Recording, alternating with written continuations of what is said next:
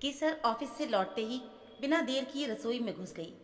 सब्जियां निकालते निकालती अचानक उसकी नज़र सिंक में रखे एक डिब्बे पर टिक गई। उसने डिब्बे को हाथ में लेकर उलट पुलट कर देखा और बुदबुदाई, ये डिब्बा किसका है? मैंने तो ऐसा कोई डिब्बा नहीं रखा। कहीं आज घर में कोई आया तो नहीं? मन में अजीब सी आशंका उठी और वह सीधे अपनी सास शकुंतला देवी के कमरे की ओर बढ़ गई। दरवाजे पर खड़े होकर बोली, मम्मी जी, रसोई में एक डिब्बा रखा है, किसका है? आज घर पर कोई आया था क्या? शकुंतला देवी ने बिना उसकी ओर देखे लापरवाही से कहा, अरे वही सामने वाली सरोज है ना, उसने आज हलवा बनाया था, वही देकर गई होगी। ये सुनते ही केसर चौंक गई। उसका मन अंदर ही अंदर उथल पुथल करने लगा, क्योंकि शकुंतला देवी तो हमेशा सरोज की बुराई करती रहती थी। फिर अचानक उनसे कुछ क्यों लिया? अगली सुबह केसर ने नाश्ते में पोहा बनाया। जानबूझकर उसने थोड़ा सा उसी डिब्बे में पैक किया और बोली, मम्मी जी, मैं ये डिब्बा सरोज आंटी को लौटाती हुई ऑफिस निकल जाऊंगी। ये सुनते ही शकुंतला देवी घबरा गई। अरे नहीं नहीं, रहने दे, मैं दे दूंगी। केसर ने मुस्कुराते हुए कहा, आप क्यों जाएंगी मम्मी जी, मैं वैसे भी निकल रही हूँ। इतना कहकर वो जल्दी जल्दी बाहर निकल गई। पीछे खड़ी शकुंतला देवी उसे जाती हुई देखती रह गई, जैसे कुछ कहना चाहती हूँ पर शब्द नहीं मिल रहे हों। बाहर आवाज़ लगाने पर सरोज तुरंत निकल आई। मुस्कुराकर बोली, अरे बहू, इतनी जल्दी डिब्बा लौटाने आ गई? केसर ने डिब्बा बढ़ाते हुए कहा, गर्मा गर्म पोहा है आंटी, खा लीजिए। वैसे कल आपने हलवा दिया था क्या? ये सुनकर सरोज हैरान हो गई और साफ साफ बोली, अरे नहीं बहू, मैंने तो मटर पनीर की सब्जी दी थी। तेरी सास कह रही थी कि तुम पराठे तो रख गई हो, मगर सब्जी नहीं बनाई, अचार से खा लेना बोली। फिर मुझसे कहा कि अब इस उम्र में अचार नहीं पचता, इसलिए मैंने सब्जी दे दी। केसर की आंखें चौड़ी हो गई। किसी तरह मुस्कुराकर उसने नमस्ते किया और ऑफिस के लिए निकल गई। लेकिन उसका दिमाग जैसे सुन्न हो गया था। रास्ते भर उसके मन में एक ही सवाल घूमता रहा कि मैं तो सब्जी बनाकर गई थी, फिर मेरी सब्जी कहाँ गई? शाम को घर लौटी तो देखा शकुंतला देवी फोन पर अपनी बेटी अंजलि से बात कर रही थी। केसर चुपचाप अपने कमरे में चली गई, मगर जाते जाते उसने उनकी वो फुसफुसाहट सुन ली। नहीं, केसर को कुछ मत बताना, सरोज बहुत बात फैलाती है, मैं तो बस चुपचाप पीछे से सामान भिजवाती हूँ। फोन कट गया, मगर हर शब्द केसर के दिल में तीर की तरह चुभ चुका था। अगले दिन रविवार था। घर की सफाई के बाद केसर कमरे में कपड़े समेट रही थी और उसका पति सुमित लैपटॉप पर कुछ काम कर रहा था कि तभी सरोज घर आ गई। शकुंतला देवी उन्हें अपने कमरे में ले गई। सरोज बोली, तुम्हारी बहू तो कल मुझे पोहा देकर गई थी और तुम तो कह रही थी कि वो कुछ बना कर नहीं जाती। शकुंतला देवी का चेहरा सख्त हो गया। अरे, कुछ काम दिखाने के लिए भी किए जाते हैं, तू मेरी बहू को सीधी मत समझ। सरोज बोली, वो नौकरी भी करती है, जिम्मेदारी भी है। शकुंतला देवी का लहजा और कड़वा हो गया।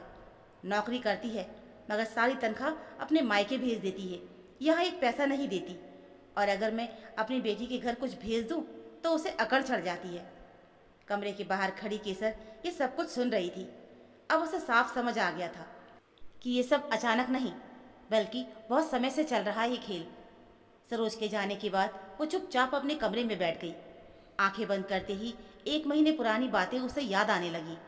कैसे एक रविवार उसने कड़ी चावल बनाए थे, कैसे शकुंतला देवी ने आदेश दिया था कि अंजलि के लिए ज़्यादा कड़ी बनाओ, कैसे ननद बिना नमस्ते किए हक जताते हुए रसोई में घुसी थी, और कैसे बात बात में उसे स्वार्थी, जलनखोर और घमंडी साबित किया गया था।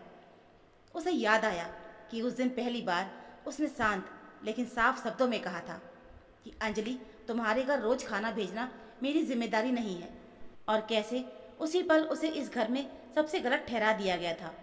उन सब बातों के बाद से शकुंतला देवी के मन में केसर के लिए जो चुभन थी वो खुलकर जहर बन गई थी, और अब ताने किसी मौके के मोहताज नहीं थे, बल्कि उसकी रोज़मर्रा की आदत बन चुके थे।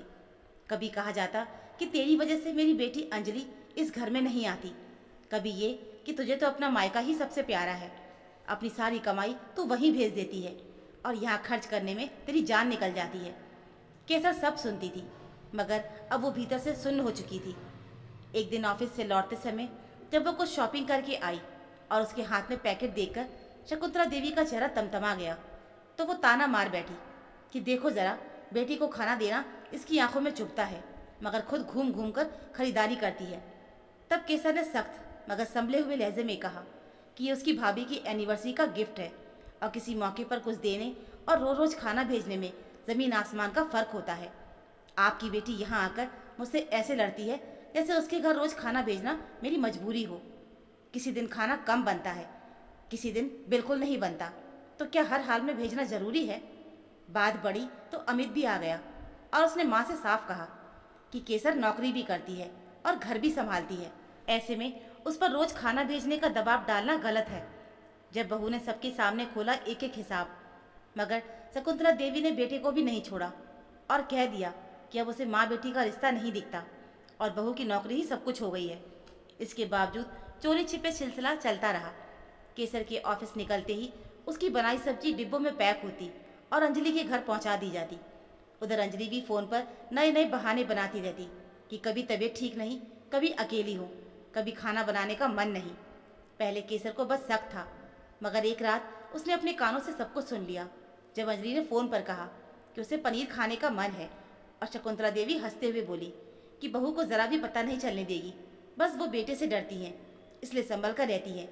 उसी पल केसर का वहम खत्म हो गया और उसने चुपचाप ठान लिया। अगले दिन उसने पूरे मन से पनीर बनाया और जानबूझकर शकुंतला देवी के सामने बड़े डिब्बे में सब्जी भरने लगी, ये कहते हुए कि ये उसके पापा के लिए है क्योंकि उन्हें पनीर बहुत पसंद है और वो आज मायके होकर जाएगी। ये सुनते ही शकुंतला देवी के मुंह से निकल पड़ा कि तू पहले अपने घर जाएगी, और उनका लहजा तीखा हो गया। मगर केसर ने बिना रुके कहा कि आपके लिए भी अलग रख दिया है, लेकिन पापा ने फ़ोन करके मांगा तो मना नहीं कर सकती।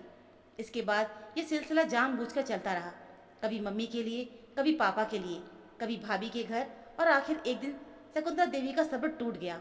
उन्होंने अमित से शिकायत कर दी कि अब केसर रोज़ अपने मायके खाना भेजने लगी है और पता नहीं कैसे माँ बाप हैं जो बेटी से खाना मांग कर खाते हैं। तब केसर ने पहली बार सबके सामने वही सच पलट के रख दिया जो उसके बारे में दूसरों से कहा जाता था कि बहू कुछ बना के नहीं जाती, अपनी सारी कमाई वो मायके भेज देती है, यहाँ कुछ नहीं देती, और अगर सास बेटी को कुछ दे दे तो जल जाती है। और बोली कि अब वो वही कर रही है जो उसके बारे में सालों से बोला जा रहा था। कमरे में सन्नाटा छा गया। सुमित ने गुस्से में माँ से पूछा, क्या ये सच है? लोगों से आप ऐसा कहती हैं? शकुंतला देवी घबरा गई, मगर केसर ने साफ कहा कि वो ये सब साबित कर सकती है। सरोज आंटी को बुला लिया जाए, अंजलि से पूछा जाए कि उसने खुद पनीर की फरमाइश की थी या नहीं, और ये भी कि कैसे रोज़ उसके ऑफिस जाते ही खाना पैक होकर बेटी के घर पहुंचा दिया जाता था, जबकि बाहर कहा जाता था कि भेजना बंद कर दिया है। सुमित ने भारी आवाज़ में कहा कि वह भी जानता है कि अंजलि कोई काम करना नहीं चाहती और रोज़ रोज़ यहाँ से खाना भेजने से उसके घर की जिम्मेदारी पूरी नहीं हो सकती, बरक्कत अपने ही चूल्हे से होती है। और उस दिन पहली बार शकुंतला देवी के पास कोई जवाब नहीं बचा। उसी शाम जब अंजलि का फ़ोन आया तो माँ ने साफ कह दिया कि अब उसे अपने घर में खुद खाना बनाना चाहिए, बेटी है इसलिए समझा रही हूँ। और उसी दिन से चोरी छिपे खाना भेजने का सिलसिला हमेशा के लिए बंद हो गया। तो दोस्तों, ये थी हमारी आज की कहानी। उम्मीद है आपको ये कहानी ज़रूर पसंद आई होगी। कहानी अच्छी लगी हो तो प्लीज़ वीडियो को लाइक और चैनल को सब्सक्राइब ज़रूर कर लीजिएगा। मिलते हैं फिर एक और ऐसी नई कहानी के साथ। तब तक के लिए धन्यवाद।